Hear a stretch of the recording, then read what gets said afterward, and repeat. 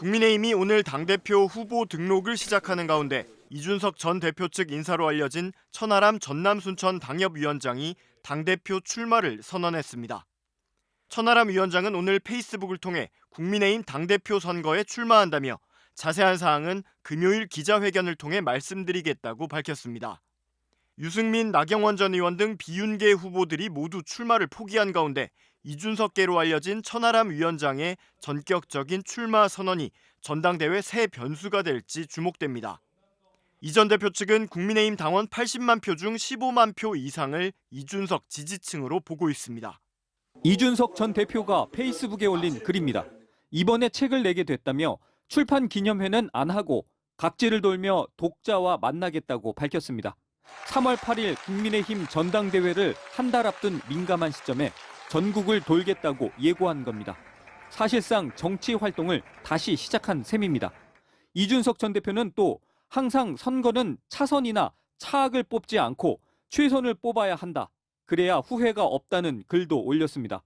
이준석 전 대표는 또 최고위원 출마를 선언한 김용태 전 청년 최고위원회 후원회장도 맡기로 했다고 밝혔습니다. 전당대회 판에 발을 담근 것으로 보입니다. 특히 주목되는 건 천하람 변호사가 당대표 선거에 뛰어들 것인지입니다. 천하람 변호사는 이준석계로 분류되는 국민의힘 내 젊은 보수입니다. 저는 늘 항상 저희 당과 우리 정치를 위한 역할을 고민하고 있습니다. 이렇게 되면 나경원, 유승민 전 의원의 포기로 깨졌던 친윤 대 비윤 구도가 되살아날 수도 있습니다. 당내에서는 이준석 전 대표의 파괴력이 얼마나 될지 주목하고 있습니다. 투표권을 갖는 국민의힘 당원은 80만 명인데 이준석 전 대표 측은 15만 명 이상이 자기 지지자라고 주장하고 있습니다.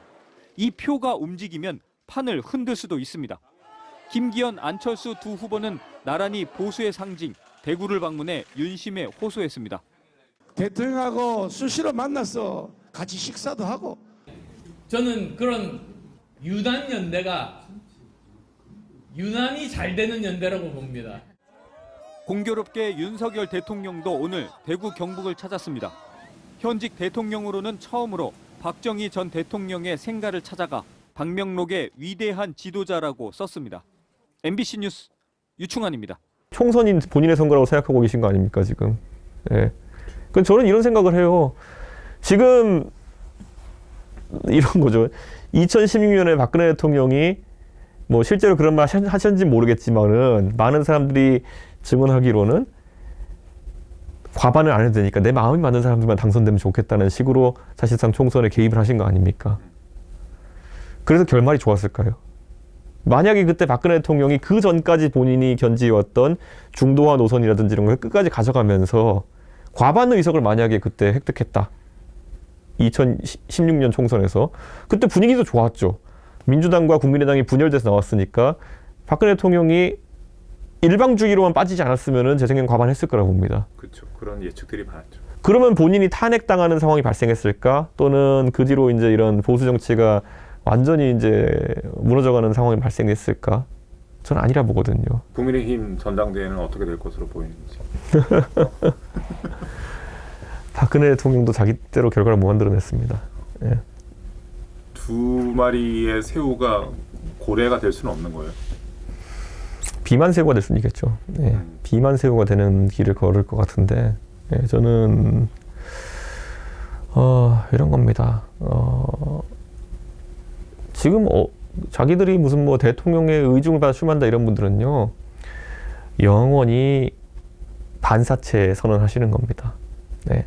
반사체. 밝은 것도 반사할 수 있지만 어두울 땐 자기도 한없이 어두워지는 겁니다. 그러니까 저는 그 길을 선택하신 분들에게 정말 무운을 빕니다. 그렇게 해서. 그게 본인들이 정치하면서 처음에 어떤 분들은 판사하다가 어떤 분들은 검사하다가 정치하면서 들어오면서 본인들이 꿨던 꿈이 그거라면은 누군가의 반사체가 되는 게 본인들의 꿈이었다 그러면은 무운을 빕니다. 그거는.